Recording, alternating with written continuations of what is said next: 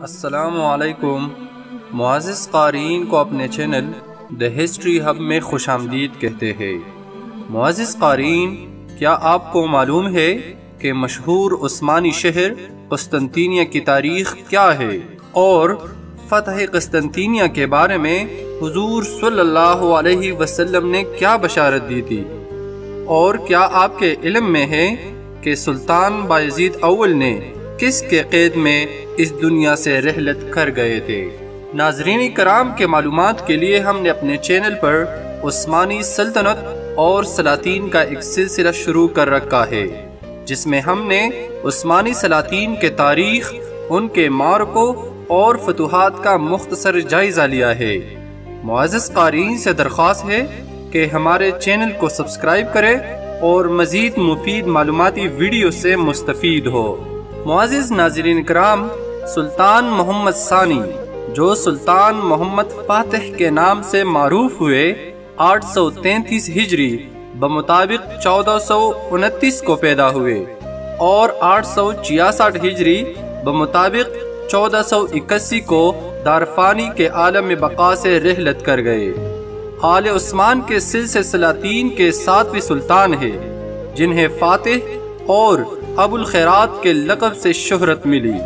انہوں نے تقریباً 30 سال تک حکومت کی۔ اس کا دور حکومت مسلمانوں کے لیے خیر و فلاح اور عزت و جاہ کا باعث ہوا۔ اپنے والد کے وصال کے بعد 16 محرم 855 ہجری بمطابق 18 فروری 1461 کو تخت سلطنت پر جلوہ افروز ہوئے۔ اس وقت ان کی عمر صرف 22 سال تھی۔ سلطان محمد فاتح بے مثال شخصیت کا حامل انسان تھا۔ اس میں قوت اور عدل دونوں صفات بیک وقت جمع تھی۔ اس طرح مختلف علوم و فنون میں وہ اپنے اماثروں پر صغرِ سنی سے فوقیت رکھتا تھا۔ یہ علوم اس نے مدرسۃ الامراء سے حاصل کیے تھے۔ بالخصوص مختلف زبانوں میں مہارت کے حوالے سے وہ دوسروں سے کہیں آگے تھا اور کتب تاریخ کے مطالعے کا خاص شوق رکھتا تھا۔ اسی چیز نے بعد میں انتظامی امور اور جنگی میدانوں میں ان کی شخصیت کو نمایاں کرنے میں اہم کردار ادا کیا، حتیٰ کہ وہ تاریخ میں محمد فاتح کے لقب سے مشہور ہوا اور قسطنطنیہ جیسے ناقابل تسخیر شہر کو فتح کرنے کا اعزاز حاصل کیا۔ معزز قارئین، سلطان محمد فاتح نے وہی پالیسی اختیار کی جو اس کے آباء و اجداد نے اختیار کی تھی۔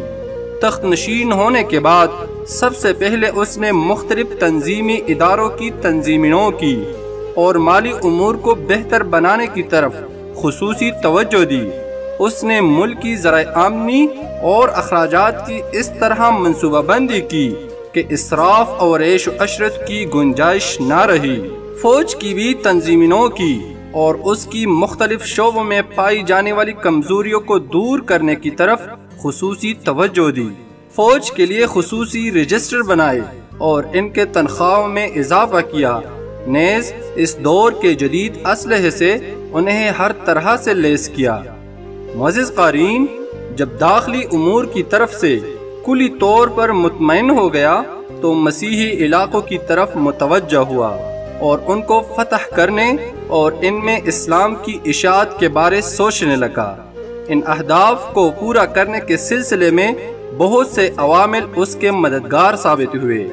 ایک تو بیزنطینی شہنشاہیت یورپ کے دوسری سلطنتوں کے ساتھ تنازعات کے سبب کمزور ہو چکی تھی اور اسے داخلی اختلافات کا بھی سامنا تھا۔ اس کے تمام علاقوں اور شہروں میں حکومت کے خلاف لاوا پک رہا تھا۔ سلطان محمد یہ سب کچھ اپنی آنکھوں سے دیکھ رہا تھا۔ اس نے اس موقع سے فائدہ اٹھانے کے لیے اپنی تمام قوتیں داؤ پر لگا دی تاکہ بیزنطینی شہنشاہیت کے دارالحکومت قسطنطنیہ کو فتح کر کے کامیابیوں کا تاج سر پر سجائے اور عالم اسلام کے خلاف صلیبی تحریکوں کا ایک اہم اور مرکزی قلعے کو منہدم کرے جو عرصے سے اسلام دشمن سازشوں میں مصروف تھا۔ معزز قارئین، اس طرح پوری مسیحیت بالعموم بیزنطینی شہنشاہیت کو بالخصوص مغلوب کرے محمد اسے دولت عثمانیہ کا دارالحکومت بنا کر اپنے خوابوں کی تعبیر چاہتا تھا، جس کی تعبیر سے اس کے پیشرو اسلامی لشکروں کے قائدین عاجز رہ گئے تھے۔ معزز ناظرین کرام، قسطنطینیہ دنیا کے اہم ترین شہروں میں شمار ہوتا تھا۔ اس کی بنیاد 330 عیسوی میں بیزنطینی شہنشاہ قسطنطین اول نے رکھی۔ قسطنطینیہ کو پوری دنیا میں ایک ممتاز حیثیت حاصل تھی، حتیٰ کہ اس کے بارے میں کہا جاتا ہے کہ اگر پوری دنیا ایک ملک ہوتی تو قسطنطینیہ اس قابل تھا کہ اس ملک کا دارالحکومت بنتا۔ جب سے اس شہر کی بنیاد پڑی، یہ بیزنطینیوں کا دارالحکومت رہا۔ یہ دنیا کے عظیم ترین اور اہم ترین شہروں میں سے تھا۔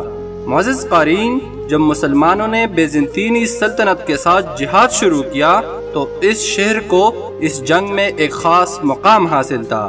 اسی لیے رسول اللہ صلی اللہ علیہ وسلم نے اپنے صحابہ کرام علیہم الرضوان کو کئی موقع پر اس کی فتح کی بشارت دی۔ ان میں سے ایک موقع غزوہ خندق میں پیش آنے والا مشہور واقعہ ہے۔ اسی لیے مسلمان خلفاء اور اسلامی عساکر کے کئی قائدین مختلف ادوار میں اس کو فتح کرنے میں مسابقت کرتے رہے، تاکہ یہ بشارت رسول ان کے حق میں پوری ہو کہ قسطنطینیہ جس شخص کے ہاتھ پر فتح ہوگا وہ امیر بہترین امیر ہوگا اور وہ لشکر بہترین لشکر ہوگا۔ معزز قارئین، اس لیے حضرت امیر معاویہ رضی اللہ تعالیٰ عنہ کے دور خلافت سے عساکر اسلامیہ کے ہاتھ اس کی طرف بڑھتے رہے۔ قسطنطینیہ پر مسلمانوں کی طرف سے سب سے پہلا حملہ 44 ہجری میں ہوا، لیکن یہ حملہ کامیاب نہ ہوا۔ پھر امیر معاویہ رضی اللہ تعالیٰ عنہ کے دور الخلافت میں کئی دوسرے حملے بھی ہوئے، لیکن سب ناکام رہے۔ اسی طرح اموی سلطنت نے قسطنطینیہ کو فتح کرنے کے لیے ایک اور کوشش کی۔ یہ حملہ اموی دور کا سب سے بڑا حملہ شمار ہوتا ہے۔ یہ حملہ سلیمان بن عبد الملک کے دور حکومت میں 98 ہجری کو کیا گیا۔ معزز قارئین، شہر قسطنطینیہ پر حملوں کا سلسلہ جاری رہا، حتیٰ کہ عباسی خلافت کے ابتدائی دور میں دولت بیزنطینی پر بہت زیادہ حملے ہوئے، لیکن کوئی حملہ کامیاب نہ ہوا۔ نہ تو قسطنطینیہ فتح ہوا اور نہ اس کی دفاعی پوزیشن کو کچھ زیادہ نقصان پہنچا۔ ہاں، بیزنطینی حکومت کی چھولے ہل گئی اور اس کی داخلی صورتحال پر اس کے اثرات مرتب ہوئے۔ بالخصوص ہارون الرشید کے عہد خلافت میں 190 ہجری کو جو حملہ ہوا، اس نے اس حکومت کو جھنجھوڑ کر رکھ دیا۔ معزز قارئین کرام، 8ویں صدی ہجری 14 صدی عیسوی میں سلاجقہ روم کی جگہ عثمانیوں نے لی اور قسطنطینیہ کی فتح کی کوششیں ایک بار پھر شروع ہو گئی۔ اس کی ابتدا اس وقت ہوئی جب بایزید، جو الصواعقہ کے نام سے معروف تھے، نے فتح قسطنطینیہ کی کوشش کی اور 796 ہجری بمطابق 1393 میں بڑی شدت سے قسطنطینیہ کا محاصرہ کیا۔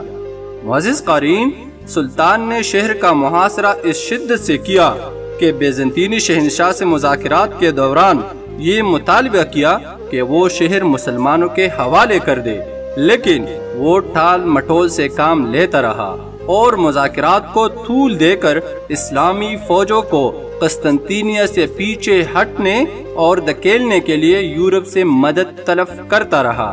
قریب تھا کہ بایزید کے ہاتھ پر قسطنطینیہ فتح ہو جاتا، لیکن اسی اثنا میں خبر پہنچی کہ مغلوں نے تیمور لنگ کی قیادت میں عثمانی علاقوں پر حملہ کر دیا ہے اور ان علاقوں میں فتنہ و فساد کا بازار گرم کر رکھا ہے۔ سلطان بایزید کو مجبوراً محاصرہ اٹھانا پڑا اور اپنی فوجوں کو لے کر مغلوں سے جنگ کرنے کے لیے پیچھے ہٹنا پڑا۔ مغلوں کے خلاف فوج کشی میں بھی سلطان بایزید نے خود قیادت کی اور انقرہ کے مقام پر دونوں مسلم فوجوں کے درمیان گمسان کی جنگ ہوئی۔ بالآخر بایزید کی فوجوں کو شکست ہوئی۔ سلطان تیمور کے ہاتھوں گرفتار ہوا اور قید کی حالت میں 1402 کو راہ ملک عدم ہوا۔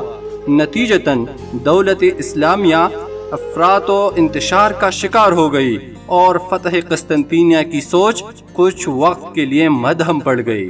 معزز قارئین، دولت عثمانیہ کو جون ہی استحکام نصیب ہوا اور حالات درست ہوئے تو روح جہاد پھر سے عود کر آئی اور سلطان مراد ثانی 824 ہجری میں بمطابق 863 کے دور حکومت میں قسطنطینیہ کی فتح کی پھر سے کوششیں کرنے لگے۔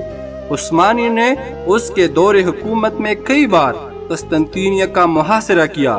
ان کی کوششوں کے عرصے میں بیزنطینی بادشاہ عثمانیوں کی صفوں میں فتنہ و فساد پیدا کرنے اور بیرونی طاقتوں کو سلطان کے خلاف مدد دینے کی کوششوں میں مصروف رہا، اور اس طرح نصرانی بادشاہ سلطان کو اپنے مقصد سے جس پر وہ بہت حریص تھا غافل رکھنے میں کامیاب رہا۔ عثمانی اپنے ارادوں کو پورا نہ کر سکے، حتیٰ کہ بایزید کے بیٹے محمد فاتح کے دور میں مسلمانوں کی فتح قسطنطینیہ کی یہ آرزو پوری ہوئی۔ لیکن ناظرین کرام، اگلے قسط میں آپ جان جائیں گے کہ قسطنطینیہ کن قربانیوں سے فتح ہوا۔